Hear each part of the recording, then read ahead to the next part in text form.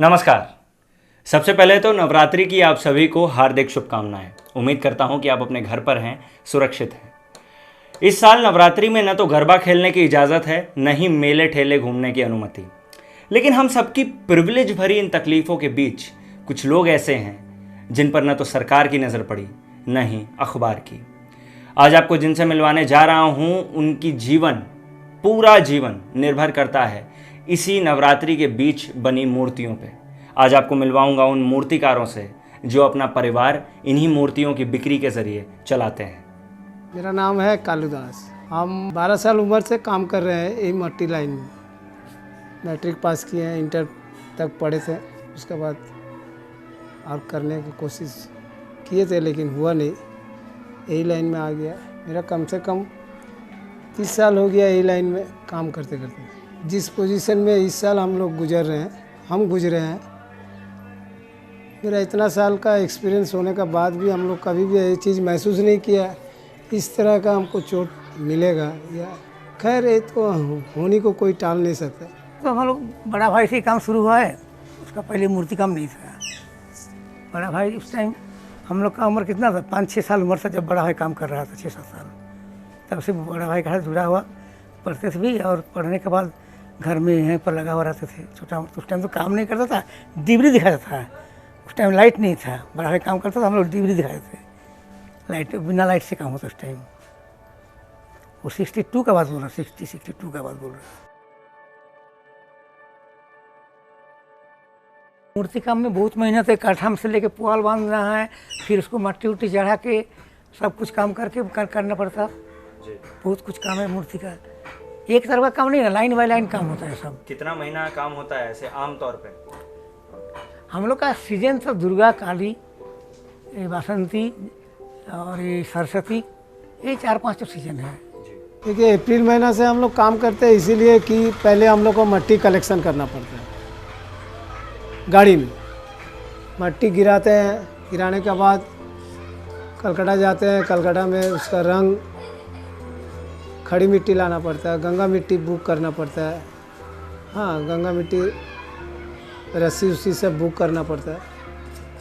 वो सब बुक करके लाने के बाद पहले उसके बाद यहाँ बांस जुगाड़ करना पड़ता है, लकड़ी चिरवाना पड़ता है। उसके बाद फ्रेम ठोकते हैं। फ्रेम ठोकने का फ्रेम ठोकते ठोकते कम से कम 15-20 दिन फ्रेम ठोकने में लग जाता है। उसके बाद पुआल से मूर्ति को रूप लाना पड़ता है, स्ट्रक्चर खड़ा करना पड़ता है। पुआल से खड़ा करने के बाद मूर्ति जहाँ बनता वहाँ से वो जाते हैं पंडाल में। क्योंकि ये तो छोटा मूर्ति नहीं है कि बाहर भीतर करें। वहीं मट्टी मारते हैं, वहीं मट्टी लगाते हैं, वहीं सूखता है, उसके लिए टाइम लगता है। 3 किस्म का मट्टी चढ़ाना पड़ता है, तब जाके मूर्ति रेडी होता है। मैंने एक स्टेप के बाद एक स्टेप काम करते करते मैंने वो करीब आपका 3 महीना, 2.5-3 महीना लग ही जाता है। ये समझना बेहद ज़रूरी कि मूर्ति बनाने का काम कोई 2-3 दिनों का काम नहीं है। इसकी तैयारी कम से कम 3-4 महीने तक लगातार करनी पड़ती है, तब जाकर वक्त पर ऑर्डर्स जो हैं उसको मीट कर पाते हैं ये मूर्तिकार। तब जाकर सारी मूर्तियाँ जिनकी ज़रूरत इनको पड़ेगी बेचते वक्त, वो तैयार हो पाते हैं। अब इसमें सबसे पहले तो एक बार जब लॉकडाउन लग गया तो इन्हें रॉ मटेरियल के लिए जो सामान ये कोलकाता से 10 रुपये में खरीद कर लाते थे जमशेदपुर, वो इन्हें लोकल मार्केट से 100 रुपये में खरीदनी पड़ी। यानी कि इसका प्रोडक्शन कॉस्ट जो है वो तकरीबन 10 गुना बढ़ गया। उसके ऊपर से ज़रा सोचिए, लॉकडाउन के बीच रामनवमी आई, जन्माष्टमी आई, गणेश चतुर्थी आई, विश्वकर्मा पूजा आई। ये सारे वो त्योहार हैं जिनमें इनकी मूर्तियों की कुछ ना कुछ सेल होती थी। अब इस साल लॉकडाउन के कारण, इस साल रेस्ट्रिक्शंस के कारण ये इन त्योहारों में तो मूर्तियां बेच नहीं पाए। लेकिन इसका ये मतलब थोड़ी है कि वो तैयारी नहीं कर रहे थे। उन्होंने इन त्योहारों की तैयारी पहले से कर रखी थी, यानी कि इन त्योहारों के लिए मूर्तियां पहले से बना कर रखी थी, जो सारे बर्बाद हो गए। अब जब अभी का वक्त आया, जब नवरात्रि की वक्त आई, तो इन्हें उम्मीद थी कि कुछ ना कुछ राहत इस बार मिल जाएगी। अब जो 11-12 फीट की मूर्तियां इन्होंने तैयार करके रखी थी, उन सब पर प्रतिबंध लगा दिया सरकार ने। नवरात्र के ठीक पहले निर्देश जारी किए, गाइडलाइन जारी किए, जिसमें यह कह दिया कि 4 फीट से ऊपर की मूर्ति नहीं बनाई जा सकती। अब ज़रा सोचिए, एक तो पहले ही प्रोडक्शन कॉस्ट जो है वो 10 गुना तक बढ़ गया, और उसके ऊपर से अब जब इन्हें बिक्री करने का वक्त आ गया तब इन्हें कह दिया गया कि भैया आपने जो मूर्तियां बनाई हैं वो तो नहीं इस्तेमाल की जा सकती। तो अब इन्हें नई मूर्तियां बनानी पड़ी, यानी कि प्रोडक्शन कॉस्ट डबल हो गया।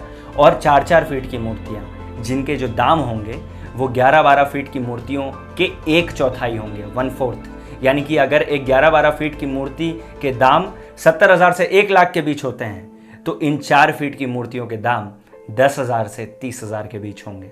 सरकार सबका बारे में सब कुछ बोल रहा है, लेकिन हम लोग का मूर्तिकार, हमारा क्या बात नहीं बोल रहा। हम जितना ही मूर्तिकार है, आज तक मूर्तिकार के बारे में कुछ बोला भी नहीं, सुना भी नहीं न्यूज़ में आज तक। वो लोग क्या हो रहा, कैसे चल रहा है, ऐसा मदद तो दूसरी बात है, कुछ भी बात बोला ही नहीं सर। मिनिमम 2 महीना पहले नोटिस देना चाहिए था कि ताकि हमको समय मिले। अभी अगर आके फाइट करेगा, फिर भी हम लोग बहुत कोशिश की है 4 फीट की, लेकिन 4 फीट का जो मूर्ति बोला वो उसमें कोई मेजरमेंट नहीं दिया कि मूर्ति का ज़मीन से माँ का सर तक 4 फीट, या पैर से माँ का सर तक 4 फीट, या फ्रेम से 4 फीट, ऐसा कोई डिटेल्स नहीं दिए। कहने का मतलब ये कि अगर सरकार ने कम से कम 2 महीने पहले गाइडलाइंस जारी किए होते तो शायद आज ये नौबत नहीं आती, शायद आज जितना नुकसान इनका हो रहा है उतना नहीं होता। ये कम से कम उसके मुताबिक तैयारियां करते, लेकिन ऐसे में सहसा ये सारी बातें करना ये इनके लिए बहुत ज़्यादा घातक साबित हो रहा है। और गंभीरता से लेने वाली बात यह है कि इस पर सरकार की नज़र तक नहीं पड़ रही है। अब ज़रा सोचिए, एक ऐसा व्यक्ति जिसकी जीवन, जिसका परिवार केवल इन मूर्तियों की बिक्री पर जीता है, केवल इन मूर्तियों की बिक्री पर सारा जीवनी व्यतीत करता है, उसके ऊपर क्या बीत रही होगी इस वक्त। ये देखने वाली बात है कि क्या इन लोगों को सरकार से कोई अपेक्षा है फिलहाल। आइए देखते हैं। सरकार का तरफ से यही गुजारिश करूँगा कि हम लोग को कुछ हेल्प करना चाहिए, क्योंकि हम लोग जो परिस्थिति से अप्रैल महीना से गुजर रहे हैं, कोई काम धाम नहीं है, इसी के ऊपर डिपेंडेंट है, मैंने किसी तरह पानी पी के जी रहा है। काम रहने से, मूर्ति जाने से 2 पैसा मिलेगा, उसमें खाना पीना सही हो, अब वो चीज़ तो नहीं हो रहा है। सरकार को इसका ऊपर थोड़ा ध्यान देना चाहिए। तो ये थी कालूदास जी, विश्वनाथ मलिक जी और अन्य मूर्तिकारों की कहानी। उम्मीद करता हूँ कि आप मेरी बातों को समझ पाए होंगे, और अगर ये वीडियो आपको पसंद आई हो, अगर आप उन समस्याओं से वाकिफ़ हो पाए हों, तो इस वीडियो को उन अधिकारियों तक पहुंचाएं, भले केंद्र के स्तर पर हो या राज्य के स्तर पर, जो इन मूर्तिकारों की सहायता कर सकते हैं, जिनकी जिम्मेदारी है इनकी मदद करना। उन पर नज़र पड़ना कम से कम बेहद आवश्यक है। आशा करता हूं कि अगर आप किसी न किसी पूजा कमेटी के सदस्य हैं, या आपके आसपास कहीं पर भी पूजा होती हो नवरात्र की, या पूजा पंडाल हो, तो वहाँ के मूर्तिकारों के बारे में पता अवश्य करें, देखें कि वो किस हालत में हैं, और कोशिश करें कि कमेटी द्वारा उनकी जितनी सहायता कर सकें उतनी करें। स्वतंत्र पत्रकारिता का समर्थन करें। धन्यवाद।